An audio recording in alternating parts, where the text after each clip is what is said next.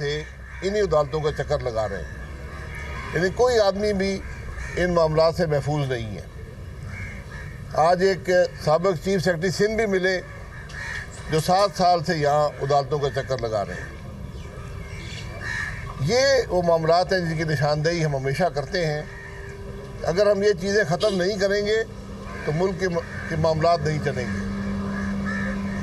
آج میں پھر وزیر اعظم صاحب سے گزارش کروں گا کہ اس نیب کے ادارے کو ختم کریں, ورنہ پاکستان کی حکومت نہیں چلے گی. آج جو معاشی بدحالی ہے, جو انتظامی بدحالی ہے, جو سیاسی بدحالی ہے, اس کی بنیادی وجہ یہ نیب کا ادارہ ہے, جو صرف اس لیے بنایا گیا تھا کہ ملک میں سیاست پر اس وقت کے حکمران جو غیر آئینی حکمران تھے وہ اس ملک کی سیاست پر قبضہ کر سکیں.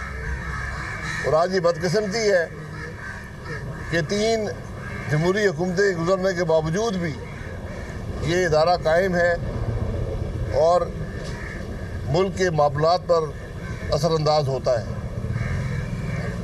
آج ضرورت اس بات کی ہے کہ جو ظلم نیب کے ادارے نے کیا اس کے حقائق بھی عوام کے سامنے آئیں, کیونکہ مجھے اس بات میں کوئی شبہ نہیں ہے کہ یہ پاکستان کا سب سے کرپٹ اور سب سے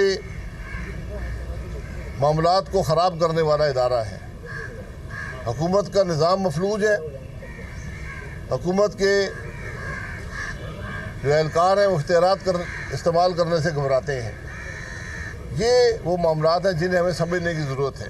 آج ہر آدمی سوال کرتا ہے کہ معیشت میں بدحالی کیوں ہے, جو حکومت فیصلے نہ کر سکے. جب افسر سب سے بہتر اس چیز کو جانے کہ ہم کوئی فیصلہ نہ کریں تو پھر ملک کے معاملات نہیں چلتے. آج افسر جب بھی کوئی فائل آتی ہے وہ بات تو شاید مذاق میں کرتے ہوں لیکن بات ہوتی سنجیدہ ہے. وہ کہتے ہیں سمری میں میرے وکیل کی فیس بھی اس کے اندر لکھ دیں کہ جب مجھ پہ کیس بنے گا تو خواجہ نوید صاحب کو جو فیس دینی ہوگی وہ بھی اس کے اندر شامل ہو. یہ آج ملک کے معاملات ہیں. حالانکہ خواجہ نوید صاحب ہم سے کوئی فیس نہیں لیتے, یہ بات بھی میں ریکارڈ پہ ذکر کر دوں کہ ان کی مہربانی ہے. اور یہ ہمارا جو نیب کا تجربہ ہے یہ ابھی 23 سال میں محیط ہے. میں اور خواجہ صاحب 23 سال سے مختلف نیب کی عدالتوں میں ہم پیش ہوتے رہے ہیں, اور نیب کے جو چند پہلے کیس بنے تھے ان کے اندر بھی ہمارا ہی کیس تھا. تو ہمیں تو کوئی وہ سیاستدان جو ہوتے ہیں ان کی تھوڑی برداشت کا معاملہ زیادہ ہوتا ہے, لیکن ہمیں بہت دکھ ہوتا ہے دیکھ کر ان افسران کو, ان اس ملک کے صنعت کاروں کو, ان لوگوں کو جو اس ملک کی خدمت کرتے رہے, جو اس ملک کو ٹیکس دیتے ہیں. آج وہ سال ہر سال ان نیب کی عدالتوں میں بیٹھے ہوتے ہیں. یہ وہ معاملات ہیں. اگر نیب کے پاس کچھ ہے تو کیس چلائیں اور معاملے کو ختم کریں, ڈے ٹو ڈے ہیئرنگ کریں, معاملے کو ختم کریں. جب ابھی یہ بات ہوتی ہے جی فلانے کو گرفتار کیا جا رہا ہے, میں اس میں بھی کہتا ہوں کہ گرفتاری کی کوئی ضرورت نہیں ہے. آپ نے کیس بنایا ہے, تفتیش مکمل ہے, چلان پیش کریں اور کیس کو چلائیں تاکہ عوام کے سامنے حقائق آ جائیں. ہم پہلے جو میرے اوپر نیب کا کیس تھا, میں اور خواجہ صاحب 9 سال عدالتوں میں پیش ہوتے رہے, کوئی اور نہیں آتا تھا. آج 4 سال ہو گئے عدالتوں میں پیش ہوتے ہیں, لیکن اس کے اثرات جو ملک کے معاملات پر ہوتے ہیں اس کا آپ کو اندازہ نہیں ہے. جو کسی کے ذات پر یا خاندان میں جو معاملات ہوتے ہیں کسی کو اندازہ نہیں ہے. یہ جسٹس جاوید اقبال کو جواب ان باتوں کا دینا پڑے گا.